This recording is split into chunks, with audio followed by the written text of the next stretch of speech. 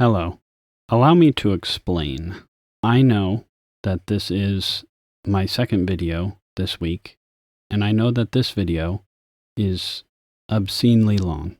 And I know that many might suffer from some content overload. If I was another person and I watched my videos, I would not want to see this much of me.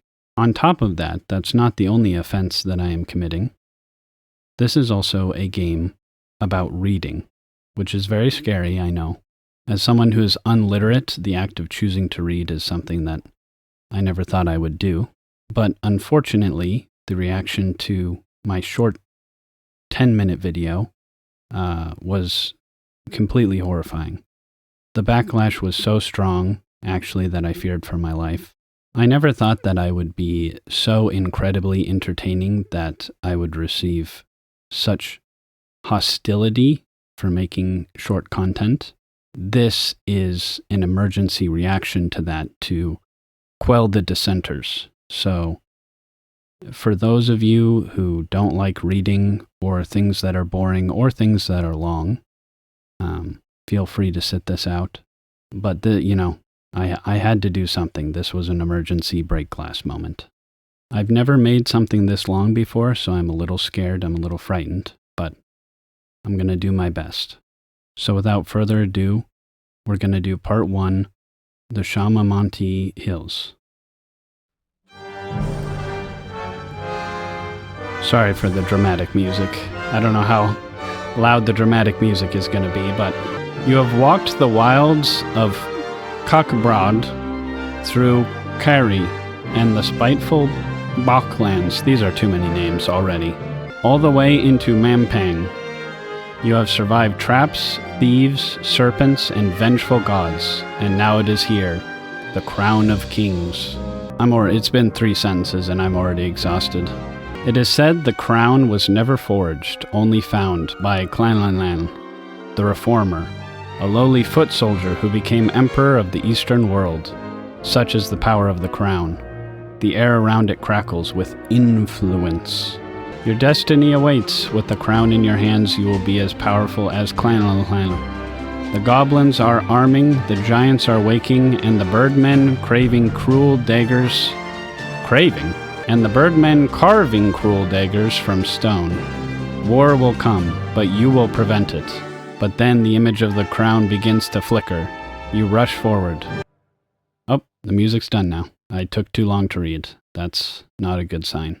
And startle yourself awake. You are alone, exhausted, in the little hut in the outpost settlement. It's too close to home on that one. Your unimaginable journey is not even a single step begun. Steve Jackson's sorcery. Oh no, there's an exclamation. Steve Jackson's sorcery!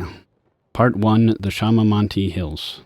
Okay, so I have actually played through part 1 before, but I'm going to take a different route than I did the first time so that, it's new stuff, new content. It is sunrise. You dress, breakfast on bread and goat's milk. What? What is breakfast on bread? Must be a wizard thing. And collect the pack and sword from your bedside. So I might skip bits of dialogue here and there if it's just literally useless flavor text. I'm not going to read every single piece of information out there. Or I might, I don't know, but I'm not going to read everything. Time then to depart. You lift back the flap of the hut and step into the early morning sunshine. I wish we still had flaps instead of doors. Eyes follow you as you leave the hut and walk towards the great Shamamonte Wall. The frontiers people of this tiny settlement are well aware of your mission. Ignore them. Yeah, I don't have time for these peasants. Well then, let them look. When they next see your face, they will be celebrating the triumphant return of a hero. A man is waiting on the path of the gate, the final doorway between Analand and the wilds of Kahabad. You recognize the sergeant of the Sightmaster warriors. That is the lamest name I've ever heard for a group of warriors. Oh yeah, what's our warrior's signature thing? We see well. Get out of my way. Okay, I can't be... If I'm mean to everyone, then I will be killed, so I'm not gonna do that. Greetings, Sergeant. He touches his forehead with 2 fingers. You are almost ready, he says. I have for you a gift from the king, 24 gold pieces. That's it? It is all we can spare this time. Oh yeah, sure. So I'm setting out to save the world, and the king himself is giving me a gift. And in the entire kingdom, they could scrounge up 24 gold pieces. I feel like I couldn't even buy 1 wizard spell with that. Hey, cat, refuse! No, I'm taking the whole thing. It's barely anything as is. You accept the gift graciously. Thank you. I didn't want to say thank you. That's forced on me. You should buy some supplies before you pass the wall, the sergeant says. And you must collect your spell book if you wish magic to aid you. I am a big magic guy. I do want the spell book. Finally, should you wish to practice your swordplay, I will go 1 last round with you. Alright, spellbook first, we need that. One of the huts set slightly back from the others is decorated with glyphs and strange symbols. A terrible smell emanates from its doorway. This is the hut of the chief mage, and he's very stinky. He has been preparing your spellbook for days, reading star charts to work out which spells will be available to you in different locations in the hills and beyond. Do without the book. I remember this the first time. How are you supposed to play the game called Sorcery if you don't have a spellbook? You just don't get to cast spells in the sorcery game? You lift the flap and go inside. The mage looks up at you with haggard, sleepless eyes and presses the book into your hands.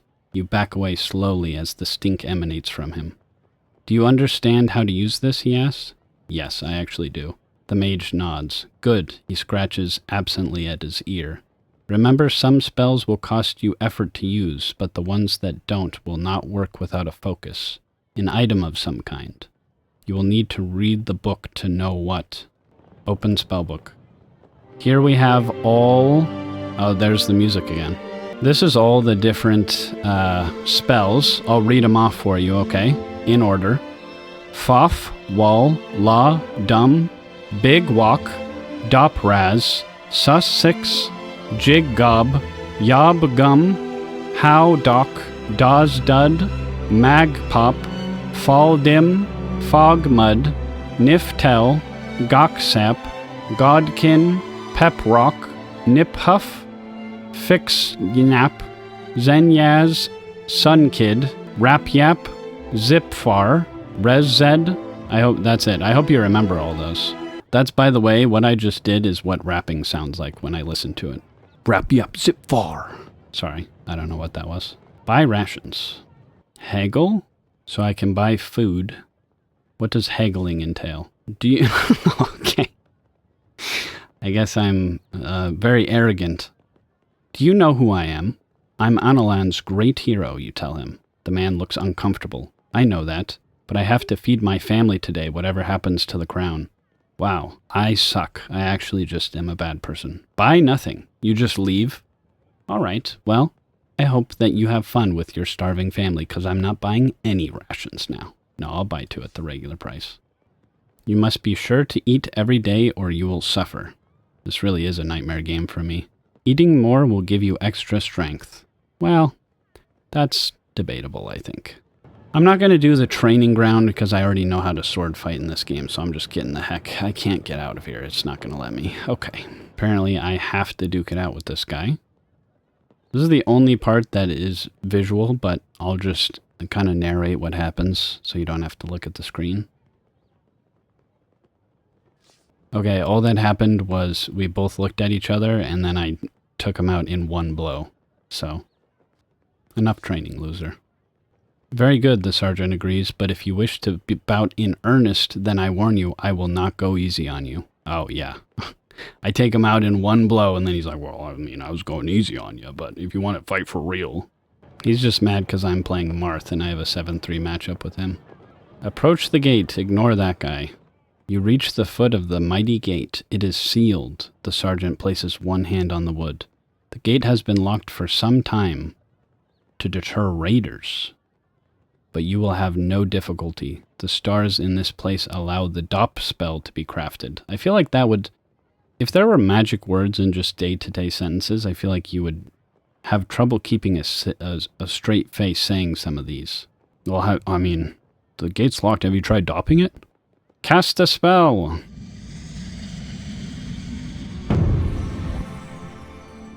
Okay, we have our ball of letters, and I will be casting the dop spell. I like how this guy just doesn't have, like, the key to the gate. Or is he just doing this so that I can cast a spell? Well, it costs mana, so he's already screwing me before I even start. You weave the spell. One by one, the great tumblers of the door begin to creak and groan. Then the hinges turn with a noise like hail on a canvas roof. What? Wouldn't that just be loud chunk noises? I feel like that's not at all what a hinge sounds like when it turns. These gates have not opened since our last champion was lost, the sergeant says. I wish you more luck than he. Perhaps you will even meet him on your travels. So that's what happened to all the gold. They gave all the gold to the last guy and he freaking died. I am sure he is dead. Yeah, he is. The Sightmaster nods, peering at something on the horizon. I believe he is returning, but transformed. I hope you do not meet the same fate. How would this guy know that? I guess he has good eyes. This isn't like foreshadowing or a riddle or anything. He's literally like, no, like I can see him over there. He's like a mile out that way, and he is ugly right now. Together you step into the shadow of the wall. One last word. This guy just will not shut up, huh? One last word, he declares. When you have the crown, find the highest point you can find. We will be watching. So they literally do. They're like, just hold it up like someplace high. We'll see you. I understand. I will not wish you a safe journey. Thanks, man. For the way ahead will not be safe. Awesome. The Sightmaster warriors are selected from birth for their incredible powers of telescopic vision. You cannot help but wonder how far he can see. It's not. I started this as a meme, but it really is just that they can see really far. So everything they said is within sight of where we're standing right now. Yeah, enough talking, dude. Enough talking, it is time to go. Striding away, you pass through the gate. The faces of the folk watching your departure reveal the hope that rests on you and your quest.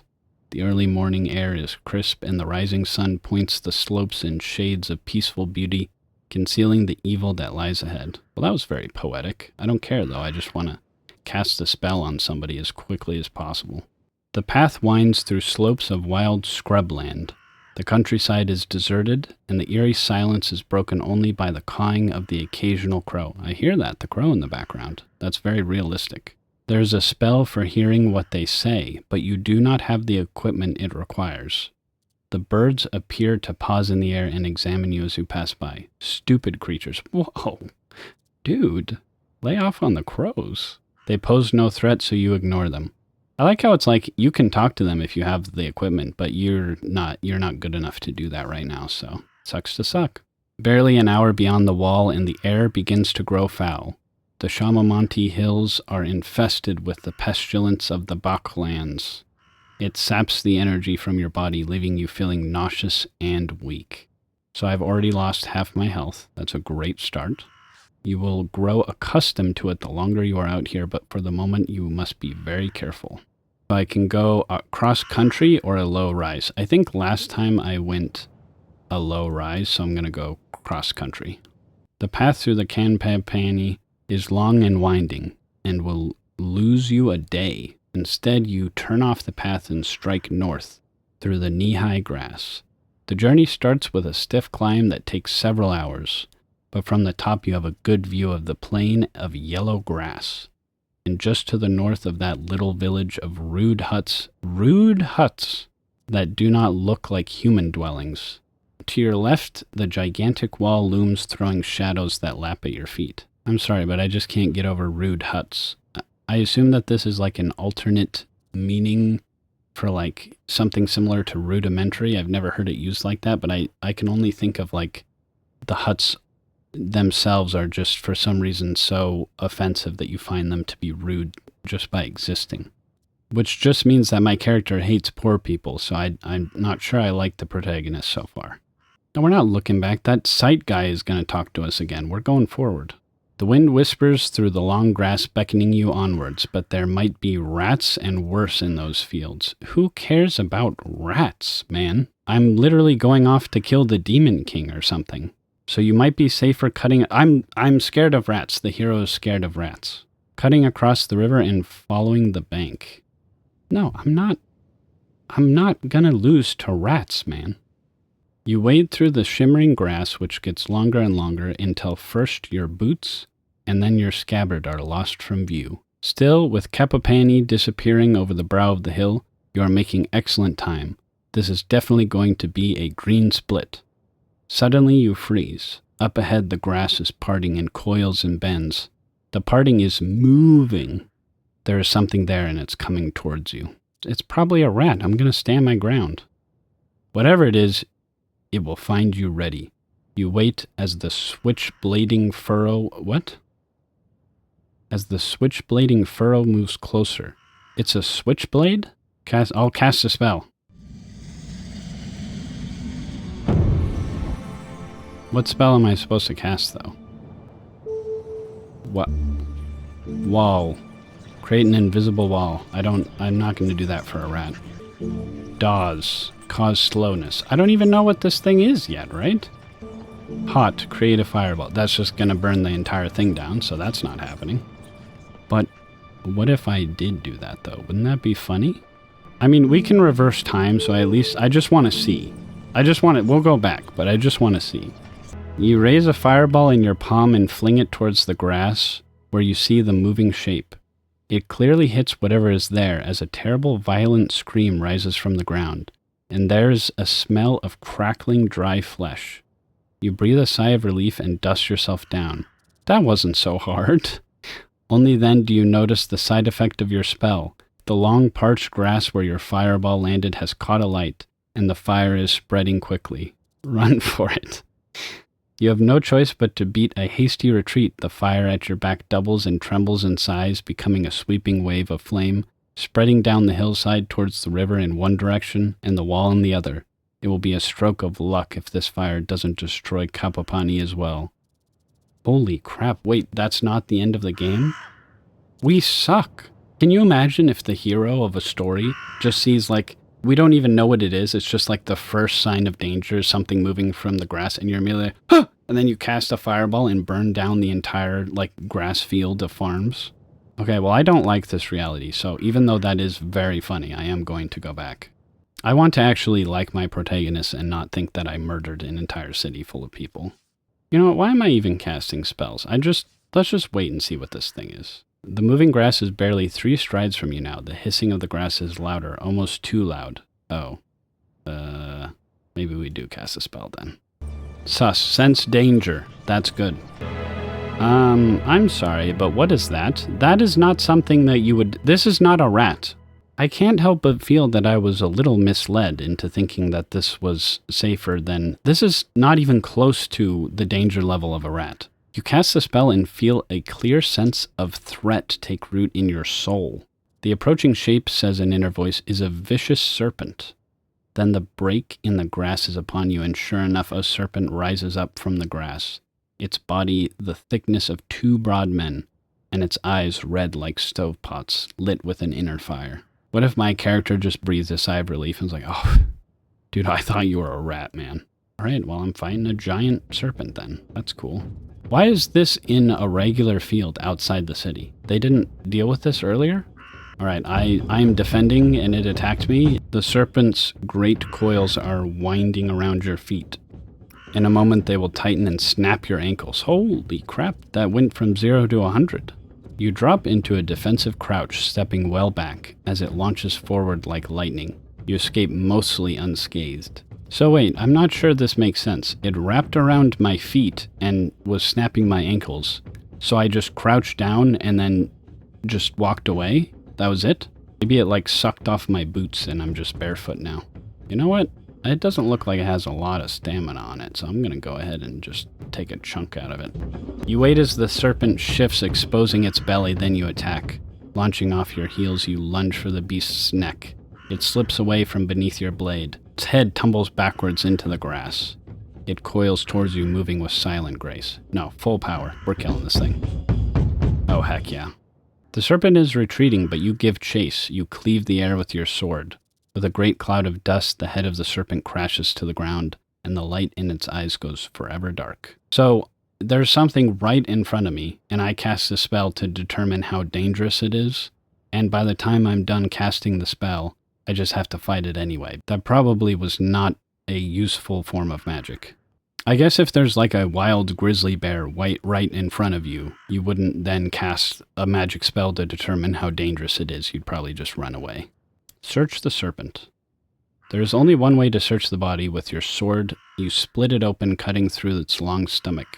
It's filthy work, but not unrewarding. From the belly of the beast falls an arm bone with a skeletal hand attached, and in the grip of the hand is a small bag of coins. Free money.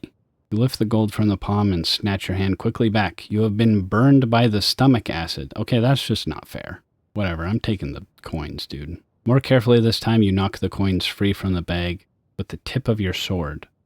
Sparing a little of your water, you wash them clean, then slip the coins into your purse. How much gold did I get off that? I think I got like 3 gold off that.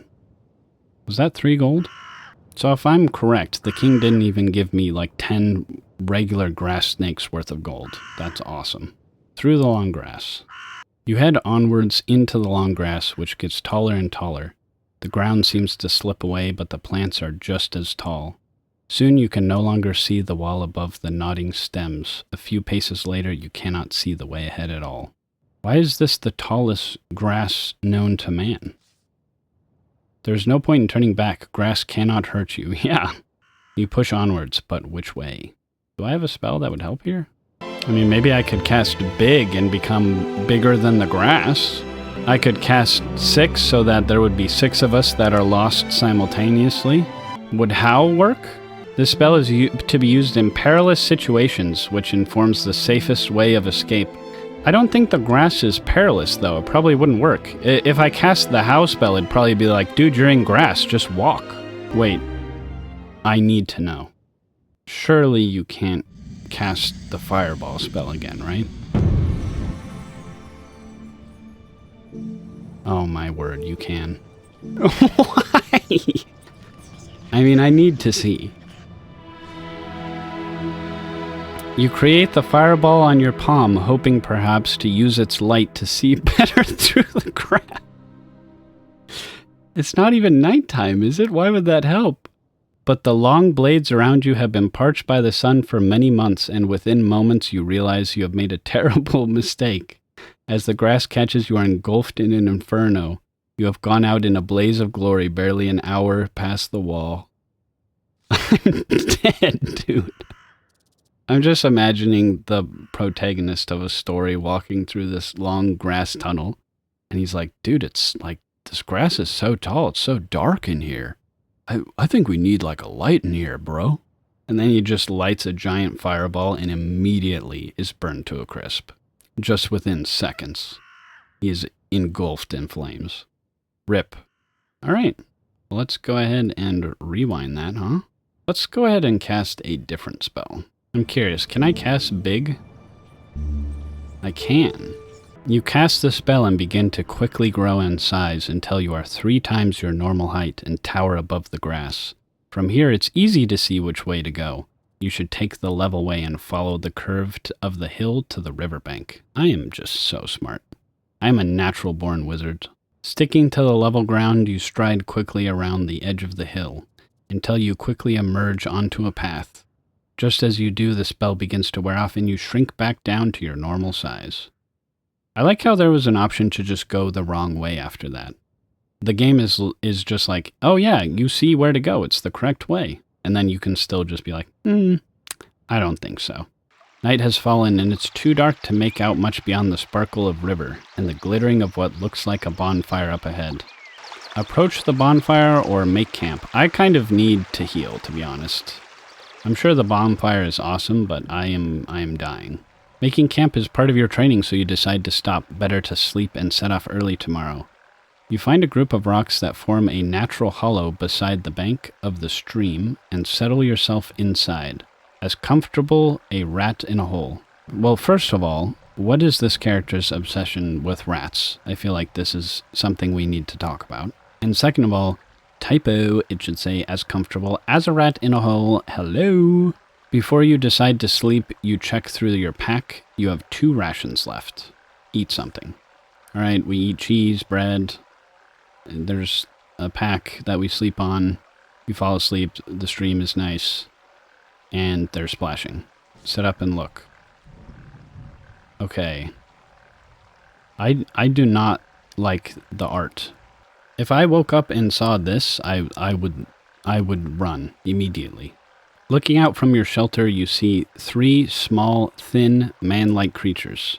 But they are certainly not men. Their skins glow with a dull red luminescence, and they have spindly fingers and limbs made from sticks. What? Why is this one like a banana? It's like this is the peel of the... Never mind. The 3 are throwing stones into the water. Every so often one chirps with glee when a good shot sends a fish up to the surface. You can do that with rocks? From there, they seem to be able to draw the fish towards them using magical force. So they're so busy with their tasks that they do not seem to have noticed you. I'm not talking to the people that are grabbing fish with magical force. Stay still and try not to be seen. You stay quiet and low, and it seems like you will go unnoticed, but then one of the 3 throws a stone which bounces from the water and strikes you. How is that even possible? What is the luck on that? You hear them chattering to each other. You open your eyelids a crack to peek. There is no doubt. The wiry men are looking at you. They point and gabble excitedly to one another. One of them rises into the air and flies across the water to look at you more closely. With what wings? I guess they have magical force. Speak to him. What are you, demon? You call out. Wow, just going on strong against the people who can fly and use telekinetic powers. The creature darts up higher into the air at your voice. Then cautiously he approaches once more. What am I? What are you in our valley? Actually, should I do voice? I'm not really a voice guy. Should I do a voice for this? What am I? What are you in our valley? After careful consideration, I've decided not to do voices. I am a traveler, a great warrior, or a friend. I'm a friend. I like to be friends. A friend, you reply. Really, the creature answers. Whose friend in particular? Wow, I feel like that's actually a pretty good response to that. I know that that's a thing that you say as like a mysterious reply, a friend. But you can totally be like, whose friend? You're not mine. Like, I don't know you, dude. Friend to all? Okay, Mr. White Knight. A friend to the Sfin? I don't know who that is. A friend to the Elven? A friend to the Goblins? Well, I mean, we all know what the answer to this question is. A friend to the Goblins, you say. The creature in front of you reacts immediately, spitting and hissing. That was the wrong answer. This is not a goblin ally. A curse on all goblins, it screeches. The creature's hand drops to a short sword at its belt, and then he moves sharply through the air and slashes at your arm with astounding speed. The sting of the Elven, he says with a smile. The creature draws back its sword, circling you for another attack. Wow, that's unfortunate. So I guess these disgusting little gremlin freaks are what elves are in this world. Walk.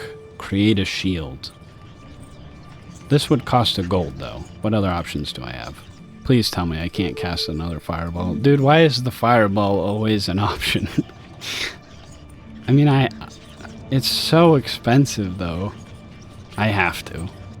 Flinging your hand forward and raising the spell, a shower of small balls of fire burst into the air around the little elven. Several of them touch the creature, igniting its wings, oh my word, and causing it to fall from the air to the stream, where its burnt body raises a hiss of steam. That's so graphic. I didn't want to burn it like that. I guess what did I expect to happen when I shot a fireball at someone, though? The fight is over almost before it began. I'm just imagining in my head, this little gremlin creature comes over and it's like, oh, you like goblins? Rah, take that. And it does like a little cut on my face. And then I just full blast shoot a fireball and it just eviscerates. Seeing the death of their comrade, the other 2 elvens chatter to each other, then rise into the air and nip off. Soon they have disappeared completely. You wait to see if they will return with an army in tow. Half an hour passes and they have not. I waited for them? You soon realize your vigil is pointless. If you are staying in this place, you should try to sleep once more. If you do not wish to sleep, then you should use the morning and start walking. I mean, I guess I won. and they were trying to kill me, so good ending, I guess? That didn't feel very good. Sleeping is risky. Should the creatures return, you will be helpless, but you decide to take the chance and settle yourself back down as you sleep in you're asleep in moments. Now we're dreaming of the crown, Mangpang Fortress, Archmage, Sightmaster guy. This guy again, he's talking, I can't even escape him in my dreams. Crown's very powerful, anyone can wear it. He points his fingers, there's energy, and then he's telling you to do his bidding. There's a crack on the ground. This is all a dream. I don't care about any of this. You wake feeling quite refreshed. Still halfway between sleeping and waking, you feel the presence of your spirit, the eagle. I have the eagle spirit. When the eagle swoops, the other beasts scatter because they know her to be cruel and relentless, a bold hunter who only lowers herself to kill. That's my ex. I'm just kidding. I don't have an ex. I live in a drawer, and I'm a wizard. In the temple, they taught you that a prayer to your spirit could heal disease, lift curses, even save you from certain death. A prayer now would perhaps be wise, but the spirits are not generous and decline to help often. I'll pray, sure. Pray for healing. Oh, look at that. He killed my fatigue, the eagle did. You follow the bank a short distance until you reach a wide bend. In its elbow is a cluster of huts made of thatched branches and twigs. It is clearly not unoccupied, as smoke rises from a fire set in a space between the dwellings, but there is not a sound to be heard. Still, a town without people might be better than a town full of villains and thieves. Let me just quickly see if I remember this village. Look in at the huts.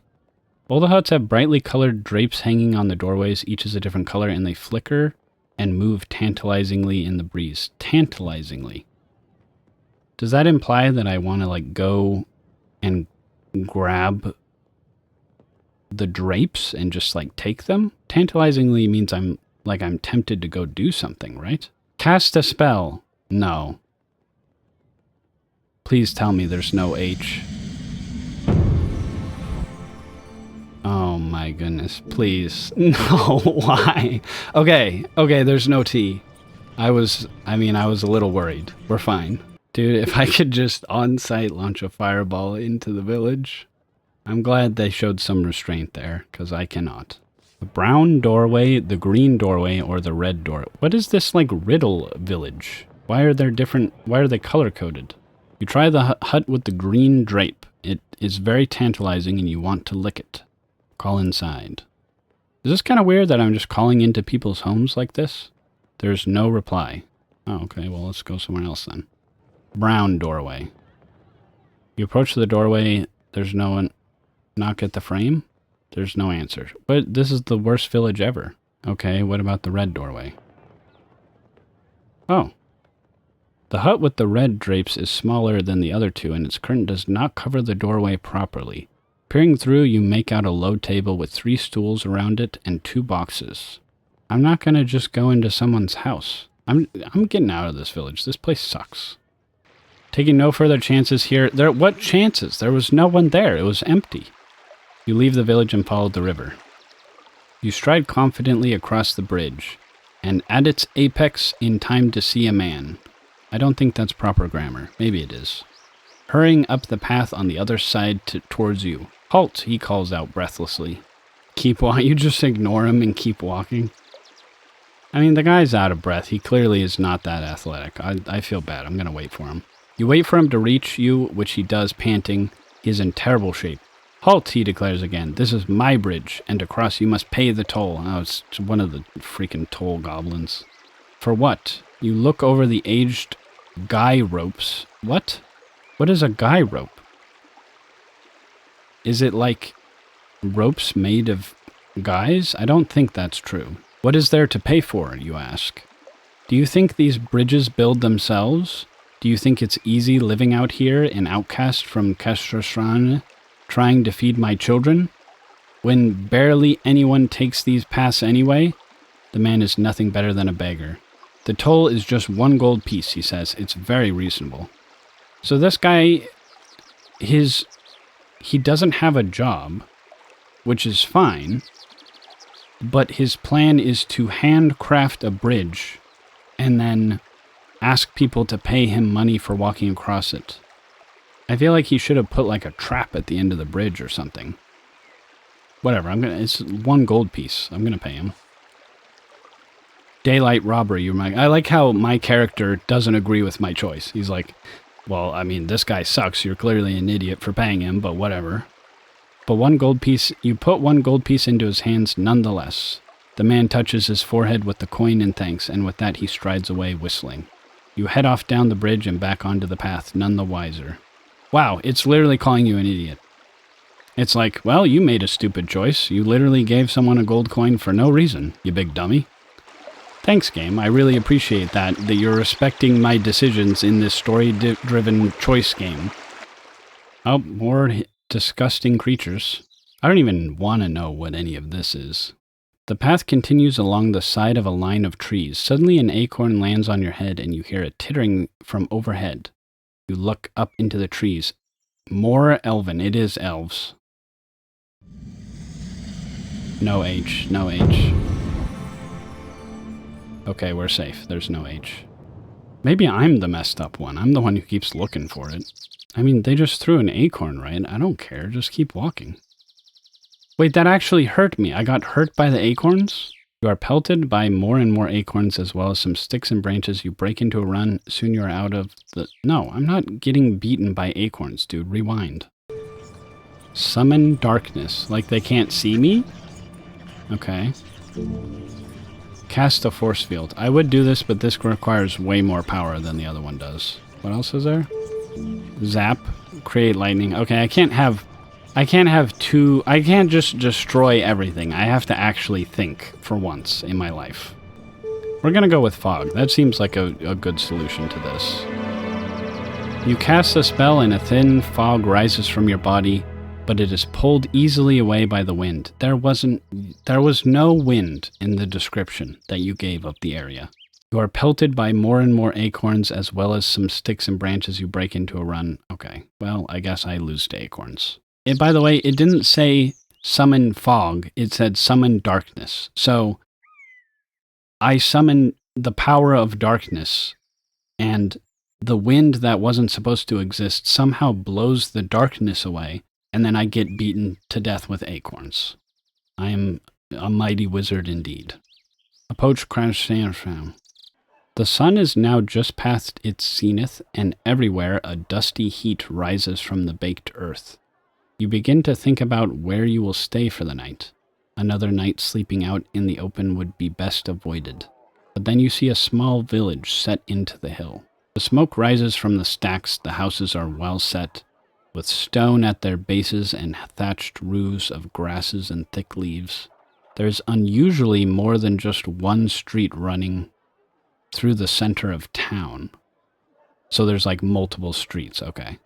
I thought a street was running for a second. But it is as though this place, once rich, has had its heart scooped away. Litter surrounds the buildings, and on the edge of the village are rows and rows of empty, abandoned houses. You continue your slow trudge along the path. Enter the village or avoid the village. I mean, we'll go into the village, right? Have I been to this village in the last one?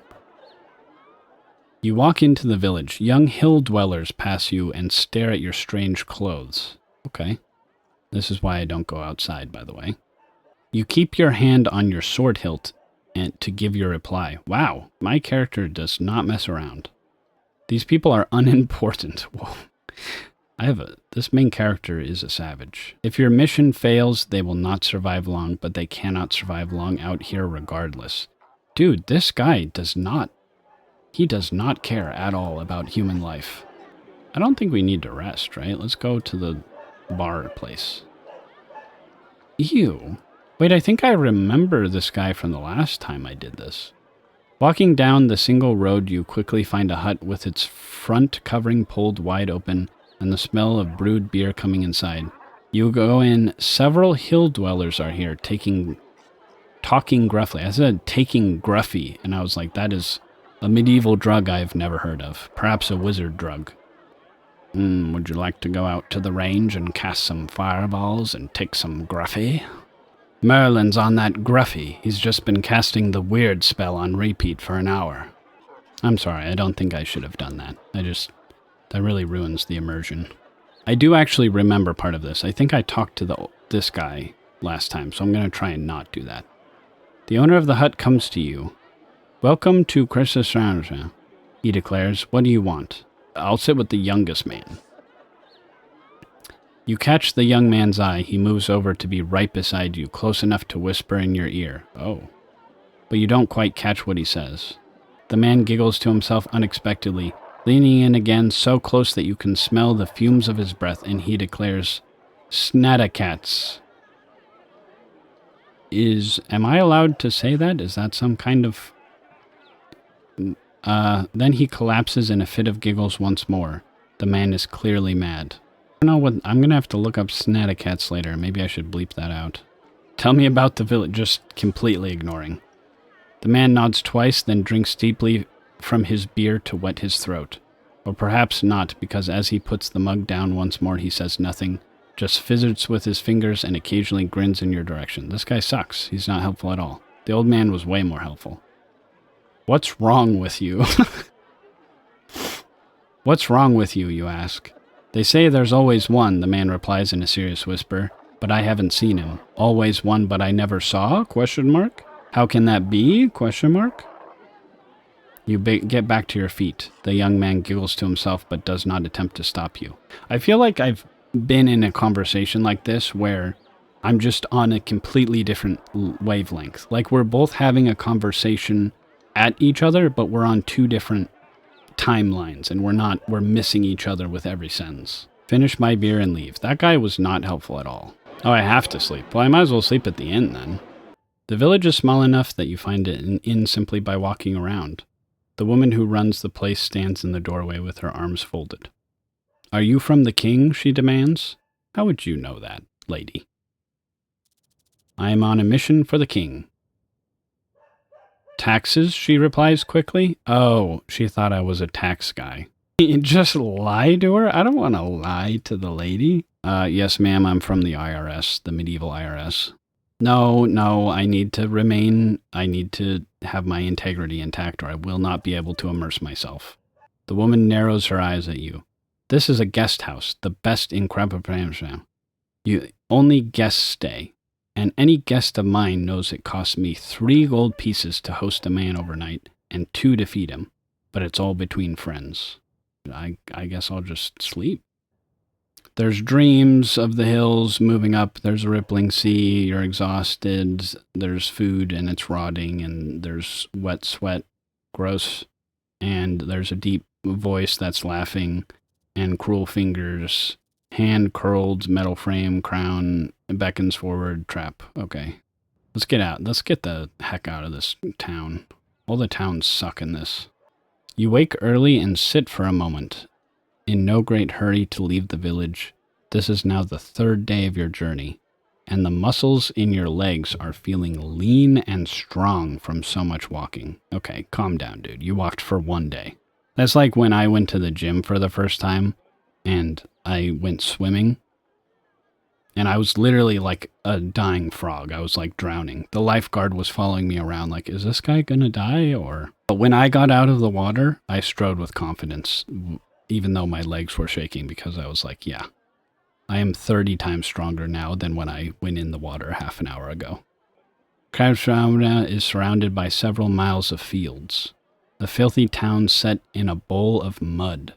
As you follow the path between lines of sun-baked crops, you come to a fork in the road.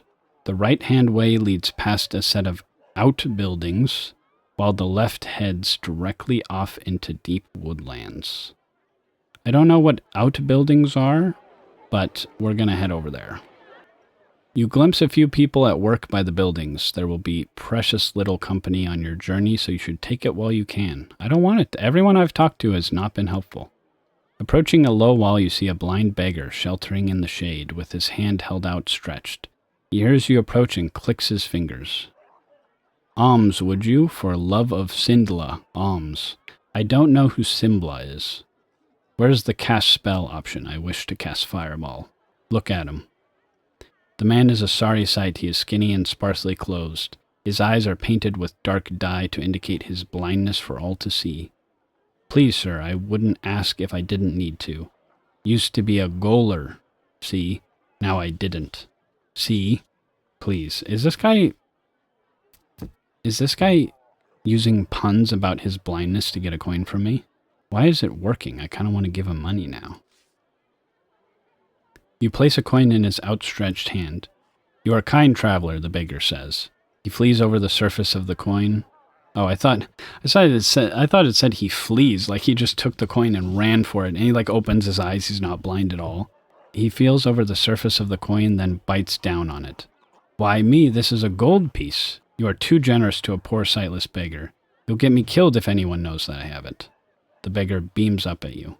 It won't last. You just give him, you walk up to someone on the street who needs money and you give them $100 and they're like, dude, thank you so much. And you're like, yeah, it won't last because you're just going to blow it all immediately. What kind of cruelty is that? You're like a nice, horrible person. Look after yourself, you say, preparing to walk away. Wait, he calls. 1 moment, please. He begins to scrabble around, feeling over his body as if looking for holes. I don't like the sound of that. Eventually he cries, aha, and pulls out a copper key, thank goodness, which he holds out to you. What is that? Years ago I lived in Carrara.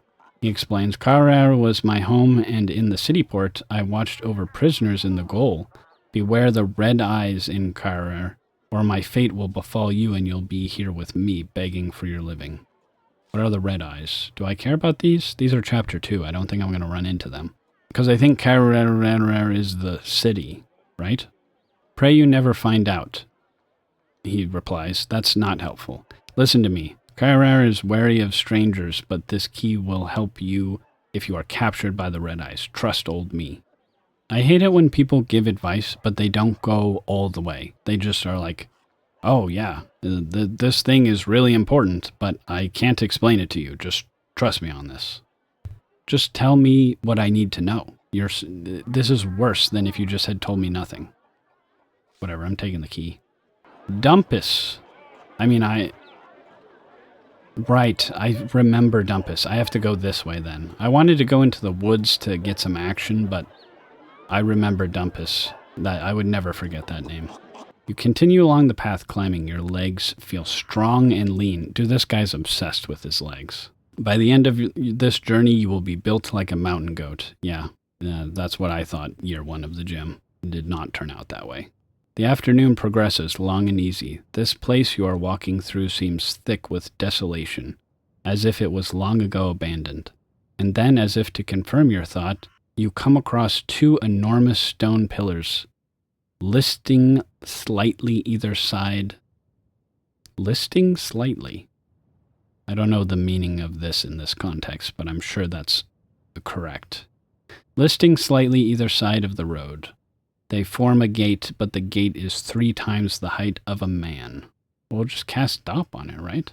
You step into the shadow of the enormous gate. The ruins of the walls line the path either side, but these are walls built from blocks the size of ox carts. Centuries ago, this must have been a palace of a king 12 feet tall. I don't know how you would know that. Investigate the ruins. Something has to happen right now, because it's been a while.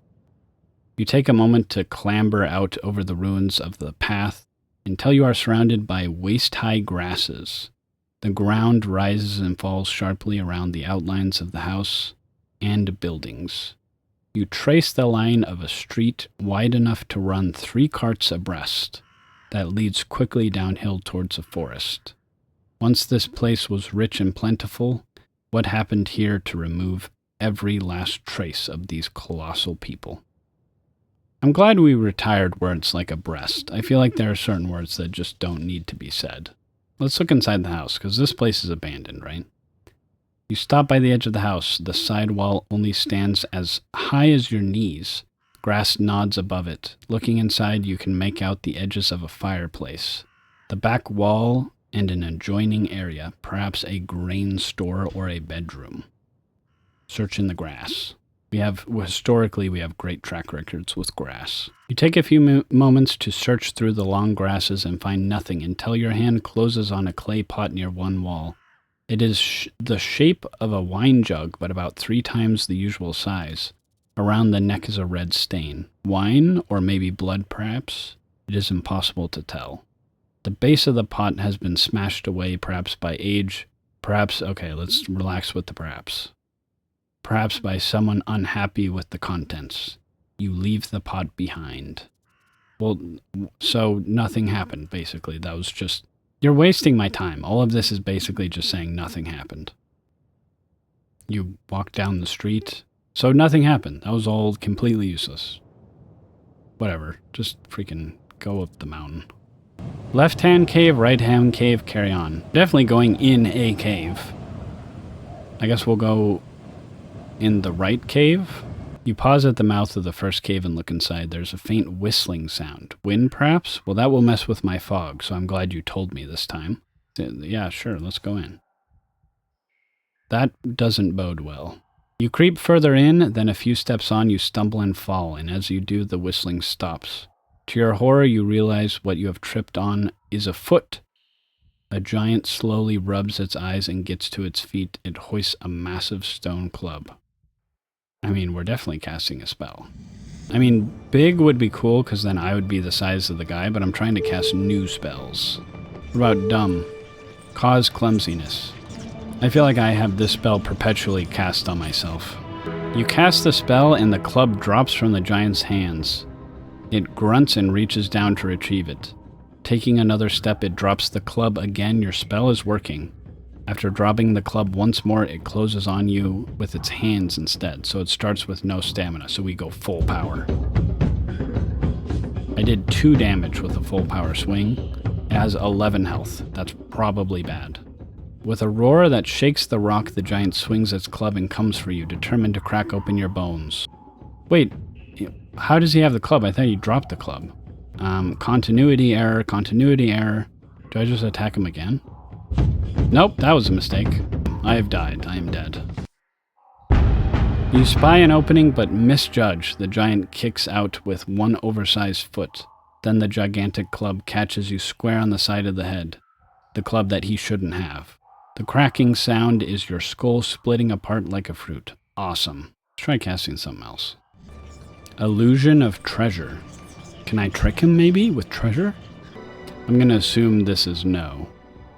Thinking quickly, you cast the spell, and as soon as the edges of the caves are glinting and gleaming with treasure, you hope the giant's greed will distract it.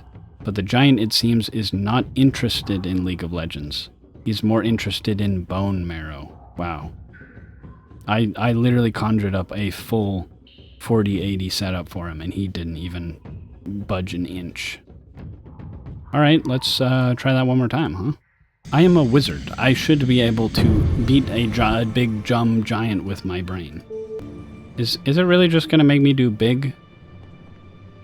I don't want to do big. I already did big. Yob. Summon a giant. Okay, well, we don't have a giant's tooth, so we can't summon a giant to fight him, I guess. I think it just wants me to cast big. Alright, now I'm as big as the giant, so hopefully this will work. We defend first. He defended as well. Why is he not doing anything? You know what? I'm going full force. Oh, he was waiting for that moment. He literally, as soon as I tried to do something. Okay, I'm dead. We're gonna try that again.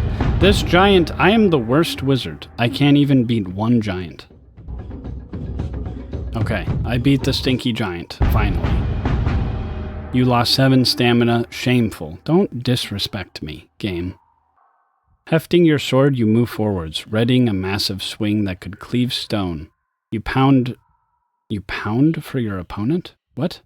Then your sword slips between the giant's ribs and he falls, gasping his last in a noise like a gushing waterfall. That is gross. Well, I have 2 health left. Will the camel heal me? Please heal me, camel.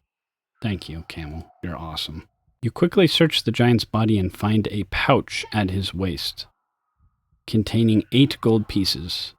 It's hard to imagine the giant spending them. Perhaps he was not as dumb as he appeared. We got a jokester here.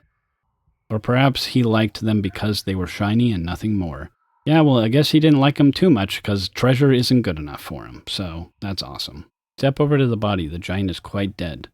His eyes stare open and his mouth is wide, mid-roar, showing his teeth. I want his teeth, right? Because then I can cast the giant spell. You pry loose a couple of teeth. It's bloody work, but you will be able to take them now. Yes. You explore into the depths of the giant's cave to see what you find. At the back of the room, you find a large loaf of bread. It's too big to carry, but you can eat a little from it. How did he manage to cast... I really am a wizard. I almost just said cast a large loaf of bread. I have wizard brain. All right. We did it, and apparently the other cave has just disappeared, so we'll just go ahead and go down here. Oh, we're in Dumpus again. Okay, I've already been to Dumpus before, so I'm not going to Dumpus. We'll make camp. You manage an hour's sleep, then wake. Something is pacing outside your hiding place. You creep to the edge of your little enclosure and peer out. A werewolf. Is this how you spell werewolf? This is spelled like, where is the wolf kind of werewolf. A werewolf is pacing the path outside your den, sniffling at the ground.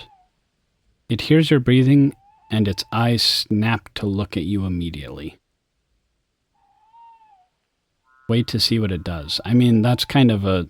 Can I cast sus? Maybe it's not dangerous. Law. Control non-intelligent creatures. I'm pretty sure a werewolf is intelligent. I mean, I know Twilight would have you believe otherwise, but I don't know.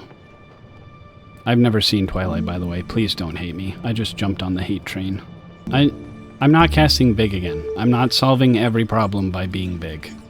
So far, my wizard does not know how to do anything other than cast fireballs and grow big. I actually think big is the only spell I can cast here. I've been looking. I have to just grow big again. I am a one-trick pony. You cast the spell, growing 2 or 3 times your own size. In the tight space between the rocks, you are suddenly unable to fit, and you feel the rocks crushing in on your bones. Oh. But the magic doesn't stop. The werewolf watches with bemusement as your body twists and squashes trying to fit into the narrow gap, but it licks its chops once it realizes the trouble you're in, and the size of its meal it's about to have. So I just die. I just grew big. You have been crushed to death and eaten. I just naturally assumed that growing big would help me fix every problem, and I was incorrect. If I just stay hidden. You stay low, listening to the padding paws.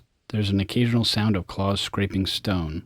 Then an eye appears in the gap between the tree roots, the eyes of a werewolf. It has found you. Okay, well that doesn't really help. I didn't really think there was any other spell, so maybe we just wait? You wait to see if it will attack, but it doesn't. It knows it has you cornered. It seems quite happy to wait. You'll have to come out of your hole eventually. Keep waiting. You decide to wait it out. It is a werewolf after all. Well, the full moon won't last forever, and for now it seems like you are safe in your narrow enclosure, where the creature cannot get to you. The stalemate lasts for an hour or so, and then the creature gives up and pads away into the forest. Gratefully, you settle down to sleep once more. I just had to wait. I freaked out, and like a squid or an octopus sprays out ink, I can't remember which one. The equivalent of a wizard doing the ink thing is just casting big and then crushing himself in a cave. You dream strange dreams about the crown and the trap and the insect, the hills, the follicles of hair. What? Shaved chin of a giant? What is this talking about? Dude, these dreams are messed up. I don't want to read about the dreams. Go uphill or go downhill. I think I went downhill last time. It's so far to the freaking city of whatever. The gentle upward slope becomes a steep climb, and you are forced to rest several times. So far you have been walking through the foothills. Now the journey will become more serious. More serious? I fought a giant. When you finally reach the summit and can look out over the low plateau you have crested, you see the paths run through a small settlement of crudely fashioned huts. These are goblin people. These are actually goblins.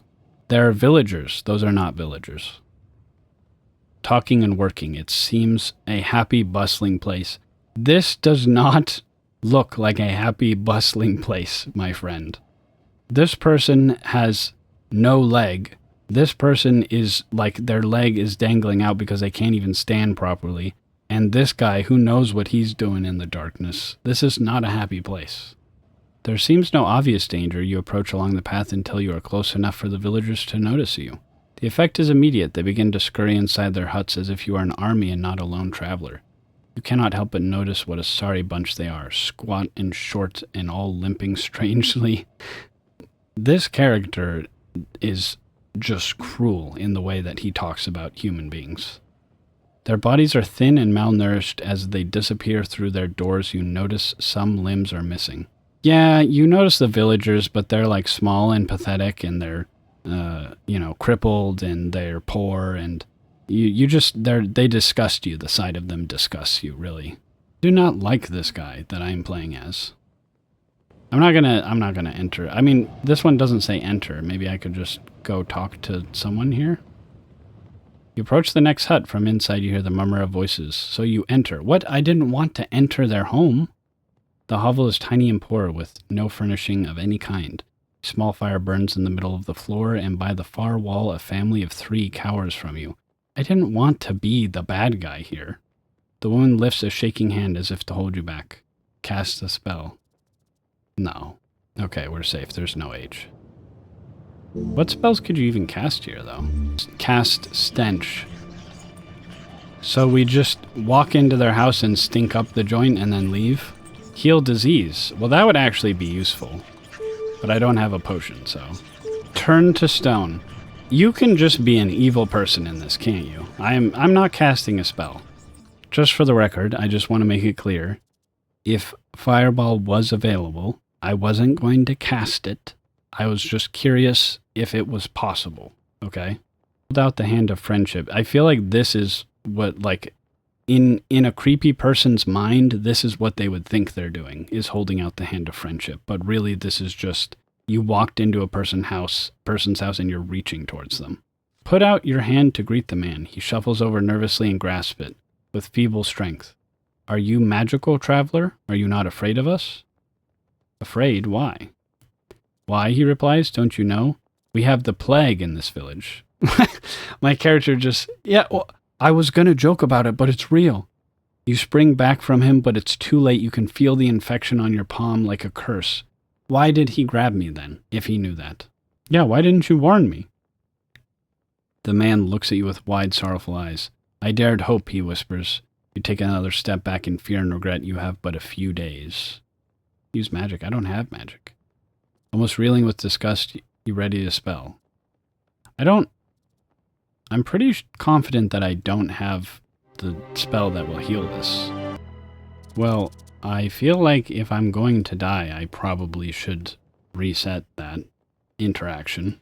Okay, let's just get the heck out of here. I'm not gonna get a deadly disease at the beginning of my journey. I have 3 more chapters left. I mean, I don't have any food, so I should probably go to the village. Your heart swells. A village might mean a chance to restock on provisions. You hop down the boulder and make your way forward when an overhanging branch touches your face and you hear a lively chirping. Wait, I think I remember this guy. Hovering by your shoulder is a small creature the size of a bird. It is a childlike but very thin with green skin, and it flits around you on transparent wings. It seems friendly enough. It even lands on your shoulder, its tiny clawed toes pinching slightly. I remember this guy. If this guy's with you, you can't cast any magic. I'm getting out of here. You shrug indifferent to the small creature. I'm John, it says, sitting on your shoulder. I'm a mini mite. You make you're a pain in the butt is what you are. Look at this disgusting creature. Did it come with me? You continue along the path. The sounds of festivities grow louder. It's almost spooky here in the shade of the valley. And after so long on the dire road, the people in this village seem to be enjoying themselves. So he's just with me. I just don't get a choice. I'm not interacting with Sean. Hopefully he'll go away. You pass the first few buildings where you find a number of children sitting in the street and drinking ale from deep mugs. Must be Germany. Further on, a young boy is holding an old woman over his knee and spanking her. I remember this. This kid is just spanking an old lady. Pass beyond the tavern and turn into a corner to find a group of girls standing by a signpost pointing to the crystal waterfall. They are tripping up their elders as they pass and giggling. Wow, these people are just rude. You stop by the group and ask them about the waterfall, but they are too distracted by John, whom they delight in poking, tickling, and generally cooing over. I'm very uncomfortable with this entire village. After a few minutes of asking them about the waterfall, you give up and walk away. One of the girls calls, "Come back," and another shouts, "The water is good for you." John sighs, already missing the attention, but comes back to rest on your shoulder. Where's food? You find the village inn buried under a rock in the overhang. The proprietor stands in the doorway, a formidable young girl armed with a baker's paddle. Is this person going to try to spank me too? 4 gold pieces for food. Whatever. It's robbery, but I'll do it. Between the curling roots, you find a small place to settle down and rest. The pesky Minimite John perches a little way above on the knot and is quickly asleep. You are tired enough to... I like how I just accept that this guy's with me now. Apparently, I'm being attacked by a bat, a gremlin, and a wolf. Perhaps a few hours pass when suddenly you awake and there are a wolfhound. Okay. Throw something. Can I throw John? Throw a stick, throw a stone. I'm going to throw a rock at him. You throw the stone off into the distance behind the beast. For a moment it turns its head, but clearly your smell is too strong. The creature rushes towards you. That was completely useless. I just throwed a rock and it did nothing. Also, I know I said throw. Don't make fun of me. I've read a lot today, and I'm very unliterate.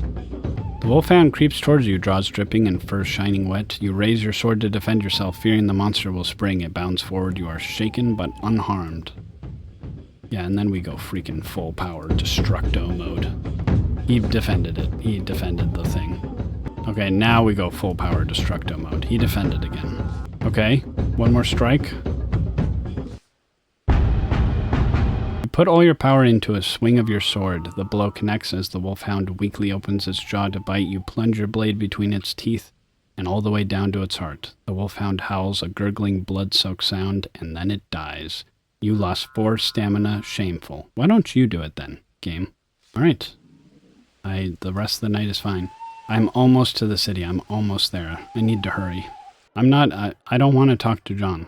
I'm pretending like John is not here. We go right, you decide. Then be on your guard, John warns you. You climb a rise. The way is not too steep, and as noon approaches, you have crested the ridge and are descending yet again. You are now at the highest point of the hills. Where the trees are thin, the views west goes on forever, and sometimes you catch glimpses of Kar on the northern horizon. With nothing to eat, you keep on walking into the early afternoon. John is in a talkative mood and fills the air around with his chatter about what he can see and how things smell and what he plans to do once he makes his fortune.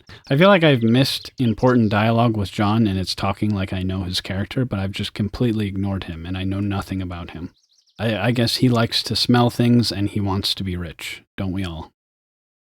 You pass from the open hillside into a patch of deep forest. Quite suddenly, John falls quiet and hisses in your ear, "Stop." Just tell him to shut up. Be quiet, John. I'm not joking, John hisses. The silly thing is genuinely terrified. He shivers and he flies around your head. Something is following us. You come to a dead stop. John is right. Something is moving through the trees behind you. A moment later, a point of steel has emerged from the darkness between the 2 trees and touches your neck. "You've seen me," whispers a voice. "I know it." No, I haven't. It has not described you. There's no picture to describe you. Ask who's there. Well, now I've seen it, so now we're screwed. A tall, dark figure of an assassin emerges from the trees. He is dressed head to toe in black, and you had not seen him a moment before. So it literally says I hadn't seen him. This is the worst assassin. He gave up his position to be like, "I know you've seen me." No, I haven't. That's your job, is to not be seen. I'm casting a spell on this guy. Fix. Cause fixedness. I don't even know what that means, so we're not going to do that. That's like when you look up a word and it's like spiraling, and then you look up what spiraling means, like to spiral. It's just not helpful. I feel like as a wizard, I'm not very creative. I just like to destroy and grow big. But you know what? Why teach a dog tricks, or whatever the saying is. We're casting Zap. You cast the spell, but it does nothing. I should probably tell you, John whispers. Right, I literally forgot. I can't believe I forgot about this.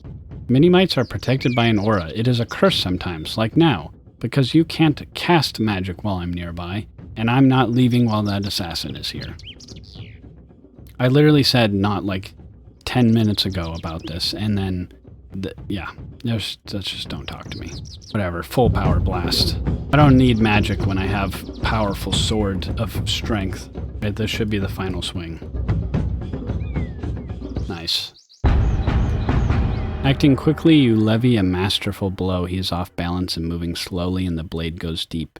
He turns and tumbles, releasing his sword as he topples. There's a lot of T words in there. I'm not so proud as to not admit when I am beaten, he groans. You may finish me if you so choose, but if you do, do me an honor and use my own blade. Yeah, I'm gonna kill him. With a single blow, you finish the assassin. I didn't even use his blade. I was like, heck no, I'm just killing you, dude. He dies with his lips pursed in a silent prayer, not cursing you, but commanding his own soul to a better place. Oh, I need to pray too, actually. Thanks for reminding me. A little heal there.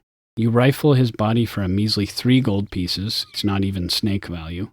Then continue on the path out of the woods and into the dusty hillside.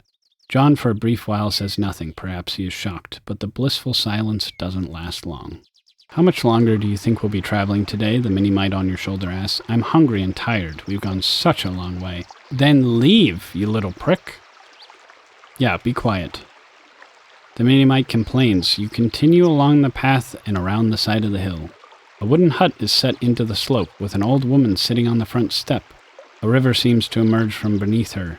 As you get closer, you realize the water flows underneath her house, and the house itself is set on splayed struts like an insect, straddling the watercourse. A few places from the front of the house, a water plunges over the sheer cliff and disappears. Some of these words I don't even know if I'm using them right, but they're here, so they have to be right.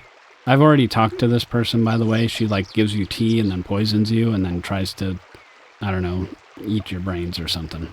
Where are you going? The mini-mite complains. It seems to be as irritated with you as you are with it. That's not a path, you fool.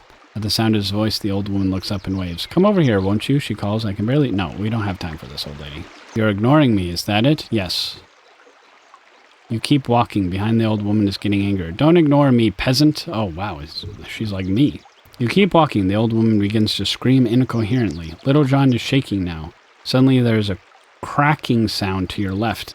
You wheel round to see a colossal tree swaying, its trunk split, leaning. Oh. Well, we gotta cast a spell, obviously. Force field. Perfect time for a force field. Nothing happens. The mini-mite is screaming at you for your stupidity, but it's too late. Oh, yeah. The freaking... Dude. How can I possibly keep forgetting? Why is it called sorcery if I have a little guy with me that... I'm not even a sorcerer right now. I'm just a guy. I'm literally a loser with a stupid sword that doesn't do anything. You stand rooted on the spot as an enormous trunk topples, catching you as it falls. Oh, I'm just dead. I died. I forgot again. This is just a reflection of real life. If I was a wizard in real life, I would keep trying to cast spells, forgetting that I can't do that. We're dodging left. You dodge left, the tree falls exactly where you had been standing. Picking yourself up, you find the old woman standing in front of you. You do wrong to ignore the invitation of Gaza Moon. She's talking in the third person. This lady's crazy. Her hand is crackling with blue energy. A lightning bolt is only milliseconds away. Why can't John absorb her power? Dodge right. You try to move, but there's no time. She is too close. The sorceress Gaza Moon blasts you and catches you square in the heart. I'm dead. Well, what am I supposed to do then? Alright, I guess I have to talk to the lady. I don't have time for this. She says it's lonely. I go inside. She's there. She's ugly. She has tea. I'm making a run for it, dude. What? So now we're back here, then. Now we're back to the tree thing. Alright, well, I guess we're drinking the tea. You lift your mug, blow away the steam, and take a sip. As the old lady returns, the old lady lifts her own mug and takes a deep gulp. Your own tea is gently refreshing. Then she splutters, coughs, and grips her side. Oh, she drank her own poisoned tea. Last time I switched the cups, and I got poisoned. So she was like, had a big brain moment where she was like, oh, well, I knew you'd switch the cups. This time she literally just drank poison tea. I'm not helping her. You sit back and watch to see what will happen. She is trying to smile, but the pain is clearly quite severe. Stumbling and almost falling, she staggers to her kitchen and gulps down another drink. When she returns, she seems much better again. I'm not as young as I was, she explains. All the same, she pushes her tea to one side. But tell me more about you. You're just moving on from this. You're just going to move on? Thank her for the tea. Thank you. She waves away without interest. Go on, go away. You step back onto the path. John lets out a long sigh of relief. You know she was one of the most powerful sorceresses in the hills, he whispers. I could smell it on her. You're lucky you got away alive, you shrug. John can smell magic. He knows this lady is dangerous. But he just lets her cast a lightning bolt into my face and kill me 300 times on 300 different timelines. I hate Jean.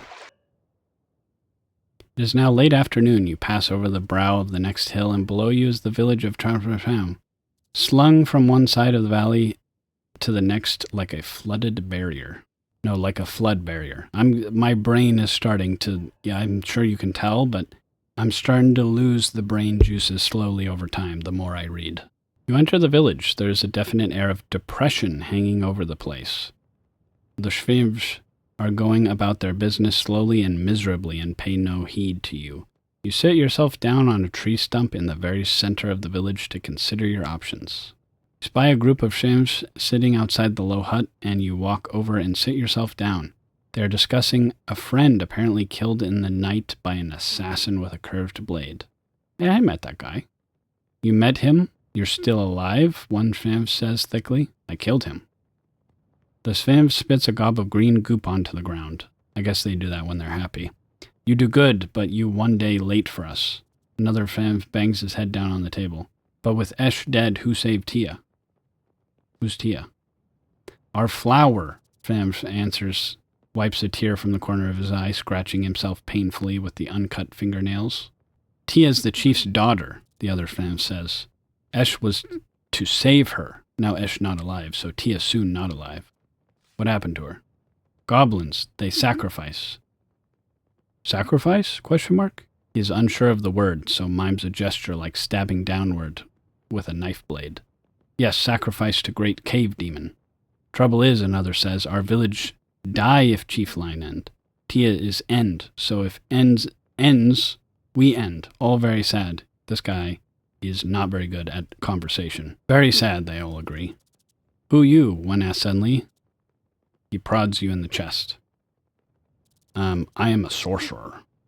Sorcerer, a sudden gleam enters the big one's eyes. Great sorcerer? I do my best. Yeah, I do. I try. I know like 2 spells, but I do try. Best is good. Meke Tifa. What? He signals to the others who quickly on their feet, big hefty arms swinging for you. We take to chief. I've actually started talking like them. I'm leaving out words. Before you can resist, they have you and are hauling you bodily onto their shoulders. Jean clings onto your shoulder, refusing to be shaken free. Where are you taking me? The Flames carrying you give no reply. Then you reach a low hut at the edge of the village. You are set down carefully. The door is slammed, locked. A moment later it reopens, and your possessions are thrown inside. So I'm just a prisoner now. A few more minutes pass, but there's no movement. Figuring they will probably wait until daylight, you put your head down to sleep. The aching in your empty belly gnaws at you with glee. Your dreams are filled with grasping hands and long... the dreams are weird, I get it. Daybreak, you are still alone. An hour passes before you hear any noise outside, and then the door to the hut opens and 5 Schlaus come in. They drag you roughly out on and across the street to another hut, where an old man with gray hair sits. He is wearing outlandish, colorful robes. My name is Proceus, chief. He slaps his chest twice. I apologize. Then he bows, brushing the dust from the floor with his sleeve. Tell me what you want. He holds up a hand. First, he waves to a menial who brings in bread and milk. Eat it. Delicious. Gratefully, you bolt down the meal. It does not seem to be poisoned, and it nourishes you. I'm glad you ate first and asked questions later. The bowl is removed, and the chief squats down in a pool of cloth. John cowers under your own cloak, hoping to go unnoticed and quiet for once.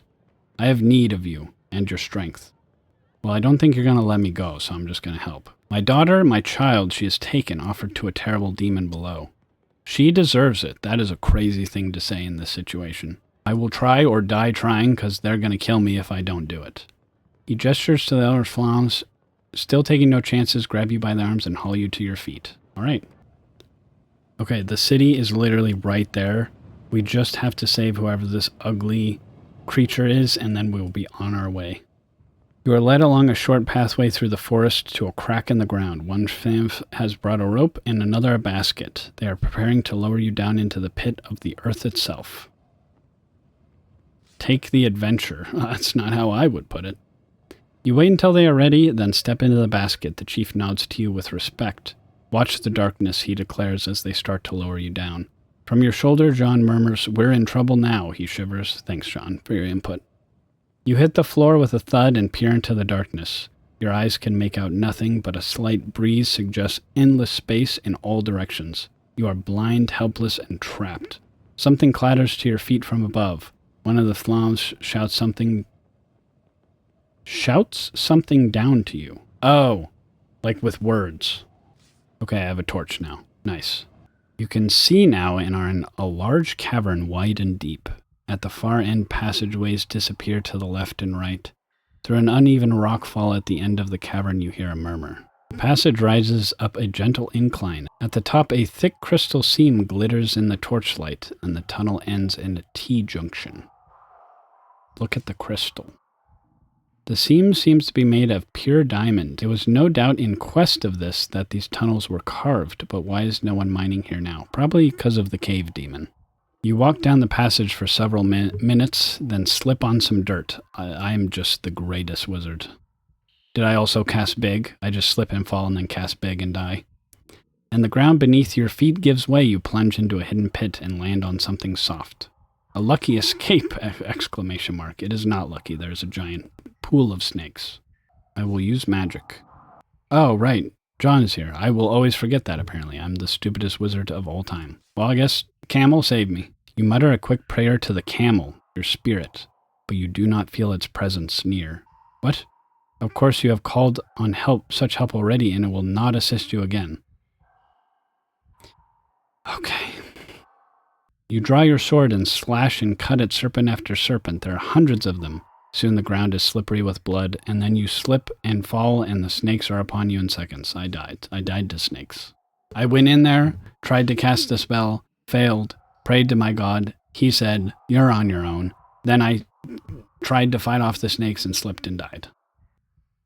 This ground seems to dip, and its lowest point, a passageway, appears on your right. 2 more stones are stacked against the wall. Those rocks don't look like they fell like that. What? How? Why did I have so much trouble with that sentence? Here the cave system widens. Pendulous stalactite? I'm not reading that, dude. It's too late for that.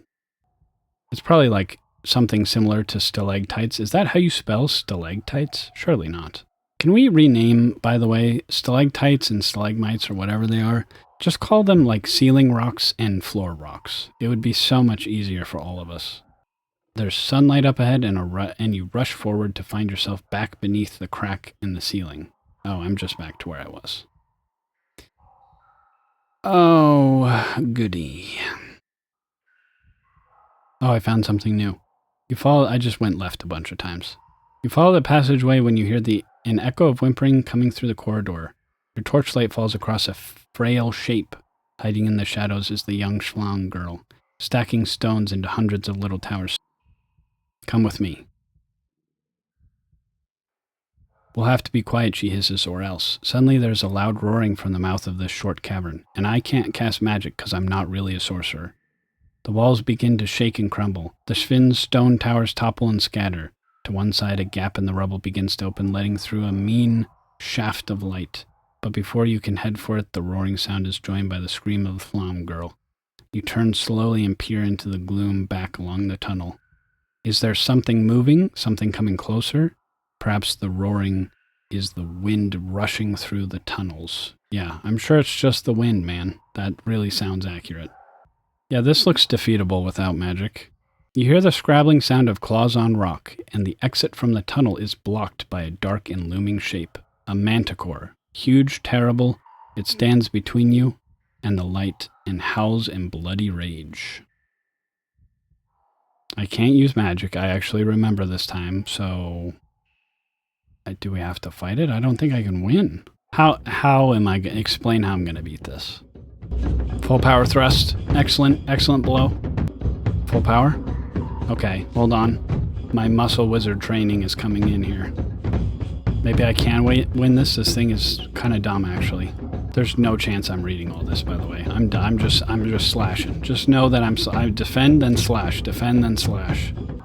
Okay, I'll read the last two because I think I win this time. You sense the creature coming for your blood and move quickly into a guarded stance. The creature gnashes its long teeth, but it only takes splinters from the wall behind you. The manticore rears back and beats its wings hard. Then, the muscle wizard did a full blast sword swing and killed the manticore. Racing across the stone, you rush into the manticore. Your sword blade seems almost to be possessed. It finds its way past the manticore's sweeping claws, through its thick hide and down its ancient, cruel heart. Mine was better. For a moment, it howls loud enough to make the walls shake, and then everything falls very quiet. 10 stamina lost. Rough going. Shut up, you stupid game. The only noise in the chamber is the hammering of your heart and the quiet breathing of the flan girl. Then the mini-mite breaks out into a loud cheer, whooping and punching the air. You bow to him. I don't know why. He sucks. He's literally the reason I had to do that with a sword. Thank you, the flan girl murmurs. Then tugging at your arm, she says, this way. She leads you towards the light, through a gap in the rocks, to the pool of sunlight in the first cavern. The girl calls... I'm going to rush a little bit because we're low on time. The girl calls up. You send the girl up first, because then they know that you're a nice person. Then you wait, because they're not going to leave you behind. You wait a little longer, and then the thing comes down, and you get out. And then you go back to the village where they kidnapped you, so that you can celebrate, and they give you full life powers. They actually healed me to full. A little generosity cannot hurt you, Nod. I will come to the meeting that I think they offered a meeting or something. I'm sorry, I'm not being a very good narrator right now, but it's been like 3 hours. You're given a place to stay and recuperate from the long journey. A visit to the healing priest treats your wounds. Why didn't the healing priest heal me before I fought the manticore? When you emerge, it is to find the village before so somber and silent, now full of life. Flowers are tied to every rooftop, and bands of synths are playing music on long, strangely shaped lyres. You find a quiet spot under a tree to watch the festivities, enjoying the glass of thick blood wine brought to you by the children. I got nothing, honestly. There's no quips for this. These animals are crazy. What? My main character hates everybody. He's just like, wow, these little freaks sure are happy. That night you sleep heavily and rise the next morning to continue your journey. The chief meets you before you go. My good friend, he declares, you have saved us, and you kidnapped me. He presses 2 gifts into your hand, a pouch of 10 gold pieces. All right, you're immediately forgiven. A fortune for a place like this, and a key. This opens the south city gate of Kare, he tells you. I'm sure it'll be useful. Thank you. You take your leave. The path winds away from Tablin, and soon you are on a downward slope away from the Shamsham hills.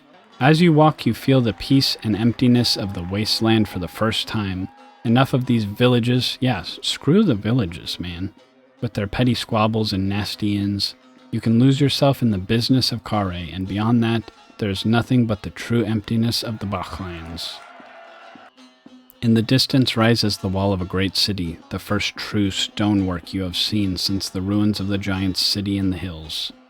From your shoulder you feel John hop away into the air. I didn't mind the manticore, he hisses. Yeah, 'cause I did all the work, you little loser. But this place I'm afraid of. Take care, you'll need it. I'm sorry, who is the wizard here?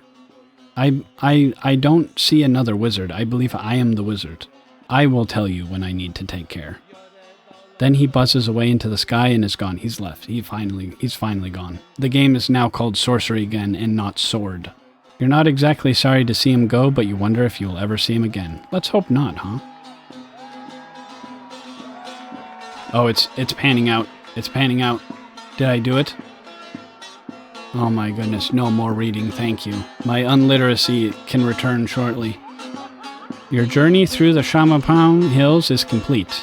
Along the way, you have made no useful friendships. What? Why are you cheering? I have no friends. It's just like real life. I love being in a fantasy world that reflects my social ineptitude in real life, but have been given 2 useful keys to the cells of the Red Eyes and to the gates of the Kare. You have collected a couple of magic artifacts, 2 giant's teeth. Yeah, I'm gonna summon 2 giants as soon as I enter the city, by the way. You are still armed only with your original sword and have no rations, and 34 gold pieces, and a spellbook. All in all, considering how I just couldn't cast magic for most of that, I feel like that went pretty well, actually. The adventure continues. No, it doesn't. Well, that was certainly something, huh? What's my philosophical advice? Don't read. That's my philosophical advice. I hope you have a good day. Goodbye.